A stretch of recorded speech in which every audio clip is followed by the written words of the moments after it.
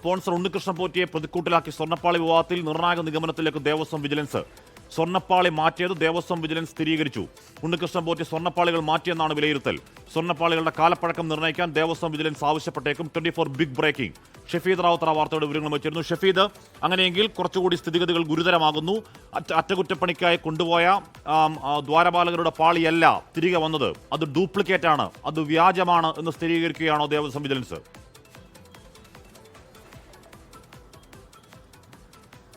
അശ്മി, നമ്മൾ ഇതുവരെ ഈ ശബരിമല സ്വർണ്ണപ്പാളി വിവാദവുമായി ബന്ധപ്പെട്ട് നമ്മൾ ആ വിവാദങ്ങളുടെ സീരീസിൽ നമ്മൾ ഇതുവരെ കേട്ടതിൽ ഏറ്റവും നിർണായകമായ ഒരു ട്വിസ്റ്റിലേക്ക്, ഒരു വിലയിരുത്തലിലേക്കൊക്കെ ദേവസ്വം വിജിലൻസ് എത്തിച്ചേരുന്ന മൊമെന്റാണിതെന്നുള്ള കാര്യത്തിൽ തർക്കമില്ല. ഇന്ന് രാവിലെയും ഈ ദേവസ്വം ഉദ്യോഗസ്ഥന്റെ ഒരു മൊഴി, അത് ദേവസ്വം വിജിലൻസ് ശേഖരിച്ചതിന്റെ വിവരങ്ങൾ പുറത്തു വന്നിരുന്നു. അതായത് 2019 ഉണ്ണികൃഷ്ണൻ പോറ്റിക്ക് കൈമാറിയത് സ്വർണം പൊതിഞ്ഞ സ്വർണ്ണപ്പാളികൾ തന്നെയാണ്. അത് ദേവസ്വം രേഖപ്പെടുത്തിയതിലെ സാങ്കേതിക പിഴവ് മാത്രമാണ് ഉണ്ടായെന്നൊക്കെയുള്ള മൊഴികൾ ഇന്ന് വന്നിരുന്നു. അതിന് പിന്നാലെയാണ് ചില നിർണായക പരിശോധനകളൊക്കെ ദേവസ്വം വിജിലൻസ് നടത്തുകയും 2019 ഉണ്ണികൃഷ്ണൻ പോറ്റിക്ക് കൊടുത്തുവിട്ട സ്വർണ്ണപ്പാളികൾ അതല്ല തമിഴ്നാടും ബാംഗ്ലൂരും ഒക്കെ കറങ്ങി തിരികെ ശബരിമലയിലേക്ക് എത്തിയത് എന്നുള്ള വളരെ നിർണായകമായിട്ടുള്ള ഒരു കണ്ടെത്തലിലേക്ക് ദേവസ്വം വിജിലൻസ് കടന്നിരിക്കുന്നു എന്നുള്ള സൂചനകൾ ഈ ഘട്ടത്തിൽ പുറത്തു വരുന്നുണ്ട്. ഉണ്ണികൃഷ്ണൻ പോറ്റി, ഒരർത്ഥത്തിൽ ഉണ്ണികൃഷ്ണൻ പോറ്റി ശബരിമലയിൽ നിന്ന് കൊടുത്തുവിട്ട സ്വർണ്ണപ്പാളി മാറ്റി എന്ന് നേരിട്ട് തന്നെ പറയാൻ കഴിയുന്ന നിലയിലേക്ക് അന്വേഷണം എത്തിച്ചേർന്നിരിക്കുന്നു എന്നുള്ളതാണ് ദേവസ്വം വിജിലൻസ് ഉദ്യോഗസ്ഥരിൽ നിന്ന് നമുക്ക് ലഭിക്കുന്ന വിവരം. ഫോട്ടോ പരിശോധന ഉൾപ്പെടെയുള്ള കാര്യങ്ങൾ ഇതുമായി ബന്ധപ്പെട്ട് ദേവസ്വം വിജിലൻസ് നടത്തിയിട്ടുണ്ട്. 2019 മുമ്പുണ്ടായിരുന്ന പാളികളുടെ ചിത്രങ്ങളുമായി ഇപ്പോൾ തിരികെ എത്തിയിരിക്കുന്ന സ്വർണ്ണപ്പാളികൾ ഒത്തു നോക്കിയപ്പോഴാണ് വ്യത്യാസം ദേവസ്വം വിജിലൻസ് സ്ഥിരീകരിച്ചത്. രണ്ടും വ്യത്യസ്തമെന്ന ദേവസ്വത്തിലെ വിദഗ്ധ ഉദ്യോഗസ്ഥർ ഇപ്പോൾ വിലയിരുത്തിയതായി സൂചനകൾ പുറത്തു വരുന്നുണ്ട്. കൂടുതൽ പരിശോധനകൾക്കായി ദേവസ്വം വിജിലൻസ് നടപടികളും ആരംഭിച്ചിട്ടുണ്ട്. കാലപ്പഴക്ക നിർണയ പരിശോധനയ്ക്കായിരിക്കും ദേവസ്വം വിജിലൻസ് ശുപാർശ നൽകുക എന്നുള്ള വിവരം പുറത്തു വരുന്നുണ്ട്. സ്വർണ്ണപ്പാളികളുടെ കാലപ്പഴക്കം നിർണ്ണയിക്കാൻ ദേവസ്വം വിജിലൻസ് കോടതിയിൽ നൽകുന്ന റിപ്പോർട്ടിൽ സൂചിപ്പിക്കും. ആ റിപ്പോർട്ട് ഇന്ന് തന്നെ ഒരുപക്ഷെ ഹൈക്കോടതിക്ക് മുൻപിലേക്ക് വരും, ദേവസ്വം വിജിലൻസ് നൽകും എന്നുള്ള സൂചനകൾ പുറത്തു വരുന്നുണ്ട്. ഇതുവരെയുള്ള അന്വേഷണത്തിന്റെ സ്ഥിതി വിവര റിപ്പോർട്ട് അത് ഇന്ന് തന്നെ ഹൈക്കോടതിയിൽ നൽകാൻ ദേവസ്വം വിജിലൻസ് ചില നീക്കങ്ങൾ നടത്തുന്നതായി വിവരങ്ങൾ ഇപ്പോൾ പുറത്തു വരുന്നുണ്ട്. അങ്ങനെയാണെങ്കിൽ ഈ കാലപ്പഴക്ക നിർണ്ണയം എന്നുള്ളത് വളരെ നിർണായകമായി മാറും. അങ്ങനെയെങ്കിൽ ഉണ്ണികൃഷ്ണൻ പോറ്റിയിലേക്ക് ഡയറക്റ്റായി കാര്യങ്ങൾ എത്തുന്ന രീതിയിലേക്ക് കാര്യങ്ങൾ പോവുകയും ചെയ്യും. ഏതായാലും സാങ്കേതികമായി ഒരു പിഴവ് അത് ദേവസ്വം ബോർഡിന് സംഭവിച്ചിട്ടുണ്ട്. ഉണ്ണികൃഷ്ണൻ പോറ്റി ഇതുവരെയും പിടിവള്ളിയാക്കിയത് ദേവസ്വത്തിന്റെ ആ സാങ്കേതികമായ പിഴവിനെയായിരുന്നു. എന്നാൽ അതടക്കമുള്ള കാര്യങ്ങളിൽ വളരെ പ്രധാനപ്പെട്ട ഒരു നീക്കത്തിലേക്ക് ദേവസ്വം വിജിലൻസ് കടക്കുകയാണ്. ഹാഷ്മി, ഷഫീദ്, അങ്ങനെ സാങ്കേതികമായി പിടിവള്ളിയാക്കാൻ കഴിയും. കാര്യം ഇത് നിയമത്തിന്റെ വ്യവഹാരമാണല്ലോ. 2019 അടിച്ചു കൊടുത്ത ഉത്തരവിൽ അത് ചെമ്പുവാളി എന്ന് തന്നെയാണ് പറയുന്നത്. സ്വർണ്ണമെന്ന വാക്ക് അതിലില്ല. അവിടെ ഒരു പ്രശ്നമുണ്ട്. അതിൽ ഈ പറയുന്ന ഉണ്ണികൃഷ്ണൻ പോറ്റിയുടെ തലയ്ക്ക് മാത്രം എല്ലാം കൊണ്ട് വെക്കൽ ഏത് വിജിലൻസ് വിചാരിച്ചാലും ആ വിഷയത്തിൽ നടക്കില്ല. രണ്ടാമത്തെ കാര്യം കുറച്ചുകൂടി ഗുരുതരമാണ്. അത് ചെമ്പാണെങ്കിലും വെള്ളിയാണെങ്കിലും കൊണ്ടുപോയ സാധനമല്ല തിരിച്ചു കൊണ്ടുവന്നത് എന്ന സ്ഥിരീകരണം കോടതിയോട് പറയുമ്പോൾ കോടതിയിൽ നിന്നുണ്ടാകുന്ന ചില രൂക്ഷമായ പ്രതികരണങ്ങൾ ശബരിമലയുടെ ചരിത്രത്തിൽ തന്നെ നിർണായകമായ ചില പരാമർശങ്ങളാവണം. ഷഫീദ്,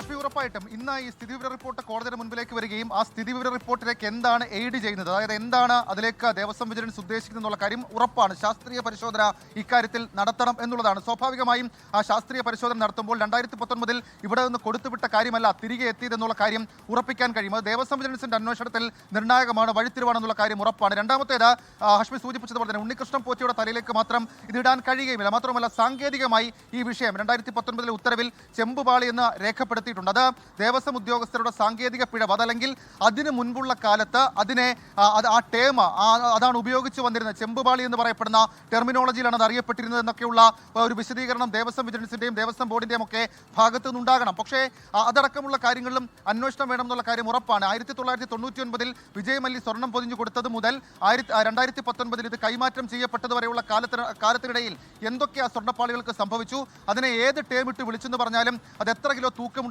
തൂക്കത്തിൽ എത്ര കുറവ് വന്നു എന്നടക്കമുള്ള കാര്യങ്ങളിൽ ഒരു പക്ഷേ ഇന്ന് കോടതിയിൽ സ്ഥിതിവിവര റിപ്പോർട്ട് എത്തുമ്പോൾ അതിനുശേഷം കോടതി ചില വിമർശനങ്ങൾക്കപ്പുറത്തേക്ക് ഇക്കാര്യത്തിൽ ഒരു വിശദ പരിശോധന അടക്കമുള്ള കാര്യങ്ങൾക്ക് വീണ്ടും ആവശ്യപ്പെടാനുള്ള സാധ്യതയുണ്ട്.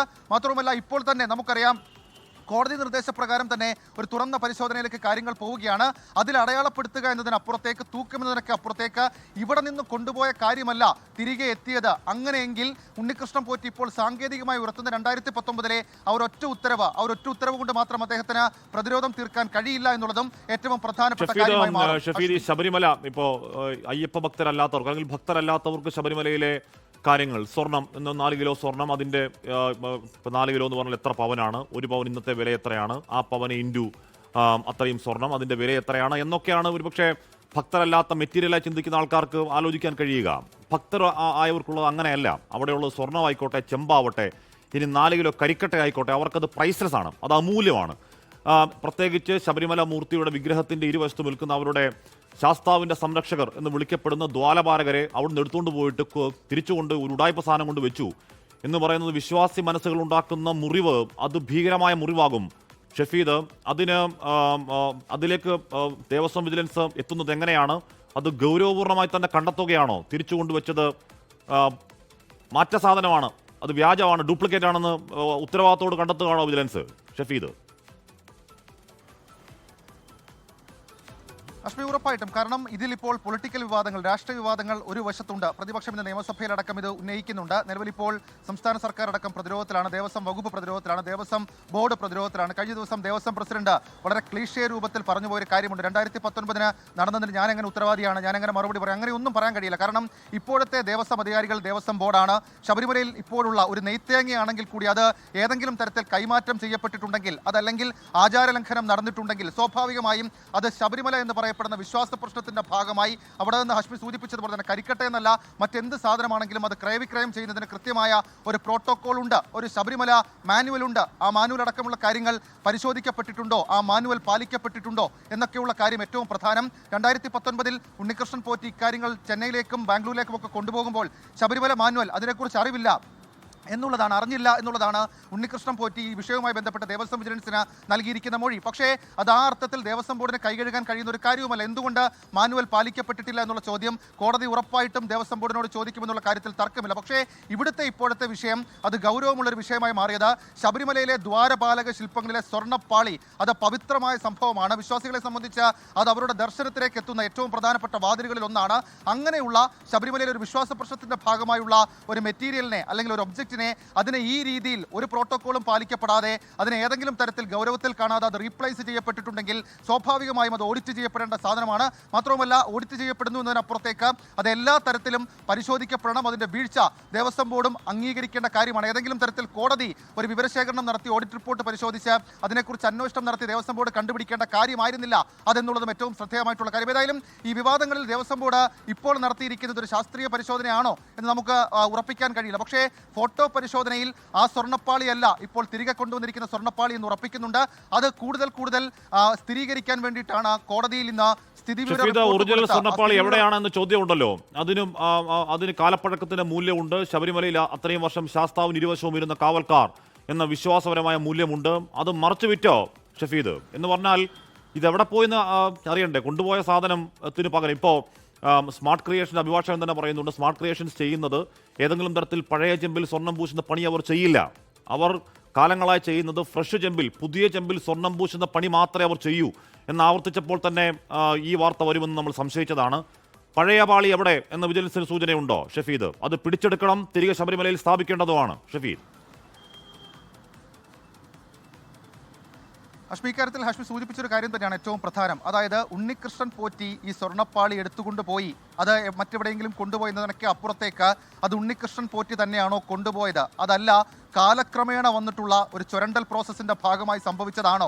2, ഇനി മൂന്നാമത്തെ കാര്യം, അതല്ല മറ്റെവിടെയെങ്കിലുമാണ് ആ കാര്യം ഇരിക്കുന്നതെങ്കിൽ അത് വിശ്വാസ പ്രശ്നം എന്ന രീതിയിൽ തന്നെ തിരികെ ശബരിമലയിലേക്ക് എത്തിക്കേണ്ട, അത് സറണ്ടർ ചെയ്ത് എത്തിക്കേണ്ട ഉത്തരവാദിത്തം അത് ദേവസ്വം ബോർഡിനുണ്ട്. അതല്ലെങ്കിൽ ഇതിനൊക്കെ അപ്പുറത്തേക്ക് നാലാമത്തേത് അത് തിരികെ എത്തിക്കുന്നതിലും അതിലെന്ത് സംഭവിച്ചു എന്നുള്ളതിലും ആ ശാസ്ത്രീയ പരിശോധനയിലും ഒക്കെ ഒരു എക്സ്റ്റേണൽ ഏജൻസി അറസ്റ്റ് ചെയ്യാൻ ഇതില്ലാത്ത, കോടതിയിൽ റിപ്പോർട്ട് മാത്രം കൊടുക്കാൻ ശേഷിയുള്ള ഒരു ആഭ്യന്തര അന്വേഷണ സമിതി എന്ന രീതിയിൽ ദേവസ്വം വിജിലൻസ് ആണോ അത് അന്വേഷിക്കേണ്ടതിന് അപ്പുറത്തേക്ക് ഇതിൽ ഏതെങ്കിലും തരത്തിൽ വളരെ പ്രധാനപ്പെട്ട ഒരു ഏജൻസിയെ കൊണ്ട്, അത് ക്രൈംബ്രാഞ്ച് ആകാം, ആ ക്രൈംബ്രാഞ്ച് അന്വേഷണത്തിലേക്ക് സർക്കാർ പോകുന്നു എന്നുള്ളതിന്റെ ആദ്യ പടിയായി കൂടി ഈ ഘട്ടത്തിൽ നമുക്ക് കാണാൻ സാധിക്കും. അങ്ങനെയാണെങ്കിൽ ഒരു ADGPയുടെ നേതൃത്വത്തിൽ ഒരു അന്വേഷണം ഇക്കാര്യത്തിൽ വരുമോ? പ്രതിപക്ഷം ആവശ്യപ്പെടുന്നത് CBI അന്വേഷണമാണ്. പക്ഷേ അതിനൊക്കെ അപ്പുറത്തേക്ക് മറ്റൊരു ഏജൻസി, ഒരു ക്രൈംബ്രാഞ്ച് എന്ന് പറയപ്പെടുന്ന ഒരു ഏജൻസി, പോലീസിന്റെ ഏറ്റവും പ്രധാനപ്പെട്ട കുറ്റാന്വേഷണ സംവിധാനം, അത് ശബരിമലയിൽ അന്വേഷണം നടത്തുമ്പോൾ എന്നൊക്കെയുള്ള കാര്യങ്ങൾ വരും മണിക്കൂറുകളിലെ ആകാംക്ഷയാണ്. ഹഷ്മി, ഷഫീദ്, ഇതിൽ ഏതെങ്കിലും നമ്മളടക്കം ഏതെങ്കിലും മാധ്യമങ്ങൾക്കോ, നമ്മൾ സ്വയം വിമർശനമായി തന്നെ പറയാം, നമ്മളടക്കം ഏതെങ്കിലും മാധ്യമങ്ങൾക്കോ ഏതെങ്കിലും പ്രതിപക്ഷ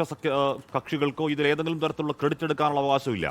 ഇതിന് 100% ക്രെഡിറ്റ് കോടതിക്ക് മാത്രമാണ്. എങ്ങനെയാണ് ക്രെഡിറ്റ് വരുന്നത്? ഈ പറയുന്ന രീതിയിൽ ഈ ബ്ലെസ്സിംഗ് ഇൻ ഡിസ്കേസ് എന്ന് പറയില്ലേ, ഈ തട്ടിപ്പൊക്കെ പുറത്തു വരാനുള്ള നിമിത്തം എന്ന് വേണമെങ്കിൽ ചിലപ്പോൾ വിശ്വാസികൾ പറയും. ഈ പറയുന്ന രീതിയിൽ അവിടെ ദേവസ്വം സ്പെഷ്യൽ കമ്മീഷൻ അറിയിക്കാതെ ഈ 2015 വീണ്ടും ഇതേ പോറ്റി മുഖാന്തരം ഇത് ഏതോ ഈ സ്വർണ്ണപ്പാളിക്ക് മാത്രം കൂടെ അറ്റകുറ്റപ്പണി വരുന്നത് എങ്ങനെ എന്ന ചോദ്യം അവിടെ നിൽക്കട്ടെ. അങ്ങനെ വരുന്നു. ദേവസ്വം കമ്മീഷൻ കോടതി അറിയിക്കുന്നു. ഇത് കോടതി അറിയാതെയാണെന്ന് അറിയിക്കുന്നു. കോടതി ആ വിഷയത്തിൽ ചോദ്യം ചോദിക്കുമ്പോഴേക്കും കോടതിക്ക് ചില സംശയങ്ങൾ ഉണ്ടാകുമ്പോഴേക്കും പഴയ മഹസ്തകൾ വിളിച്ചു വരുത്തുന്നു. ഇത് കോടതിയുടെ മേൽനോട്ടത്തിൽ മാത്രം പുറത്തേക്ക് വരുന്ന വിവരങ്ങളാണ്. ഒരു ഘട്ടം കഴിയുമ്പോഴേക്കും മാധ്യമങ്ങൾ അതിൽ സജീവമായി വരുന്നുണ്ട്. കൂടുതൽ വിവരങ്ങൾ പുറത്തേക്ക് വരുന്നു എന്നതിനപ്പുറം കോടതിയിലേക്ക് ഇന്നിപ്പോൾ സ്ഥിതിവിവര റിപ്പോർട്ട് സമർപ്പിക്കാൻ പോകുന്നു വിജിലൻസ്. കോടതിക്ക് മുന്നിലേക്ക് അതെത്തുമ്പോൾ കോടതി സെപ്റ്റംബർ 10 ആദ്യ ഇടക്കാലത്തിൽ എന്ത് സംശയിച്ചോ ഏതാണ്ട് അതേ വഴിയിൽ അന്വേഷണം പോകുന്നു എന്നുള്ളത് അങ്ങേയറ്റം നിർണായകമാണ്. ഷഫീദ്,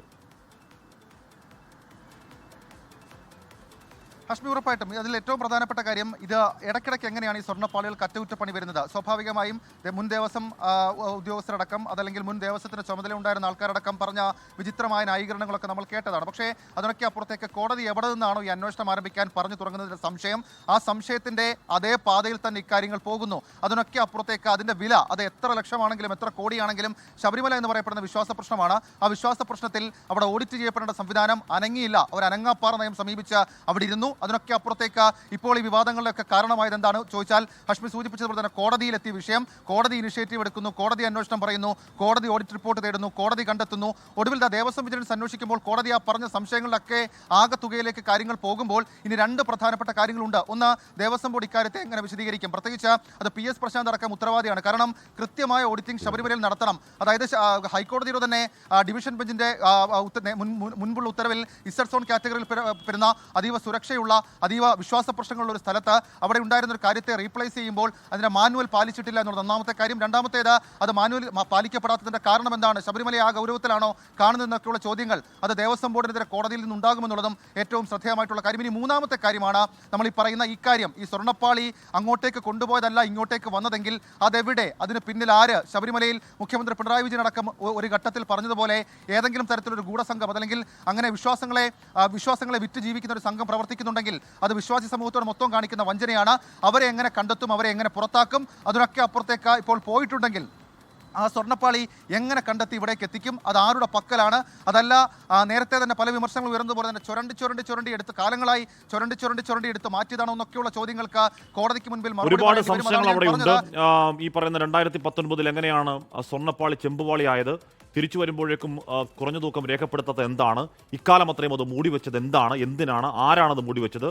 അത് പുറം ലോകം അറിയാൻ താല്പര്യം ആർക്കായിരുന്നു? കോടതി ഇടപെടുമ്പോൾ മാത്രം നമ്മളൊക്കെ അത് അറിയണമെങ്കിൽ അത്രത്തോളം രഹസ്യമായി ഈ പറയുന്ന ദുരൂഹതയുടെ ലോക്കറിട്ട് പൂട്ടിവെച്ചവരുടെ പിന്നിൽ നിക്ഷിപ്ത താല്പര്യം എന്തൊക്കെയാണ് തുടങ്ങി ഒരുപാട് മറുപടിയില്ലാത്ത ചോദ്യങ്ങൾ ഒരുപാട് നിൽപ്പാണ്. കോടതിയിലേക്ക് ഇന്ന് ഈ വിഷയം വരുന്നുണ്ട്. കോടതി ആ ചോദ്യങ്ങളിലേക്ക് വെളിച്ചം വീശുന്ന ചില പരാമർശങ്ങൾ നടത്തുമെന്ന കാര്യത്തിൽ തർക്കം വേണ്ട. ലോകത്തെവിടെയായാലും ഏത് സമയത്തും 24 വാർത്തകളും ഓഗ്മെന്റഡ് റിയാലിറ്റി പാക്കേജുകളും എക്സ്പ്ലെയിനറുകളും വിശദമായി കാണാൻ ഞങ്ങളുടെ YouTube ചാനൽ നിങ്ങൾക്ക് സബ്സ്ക്രൈബ് ചെയ്യാം.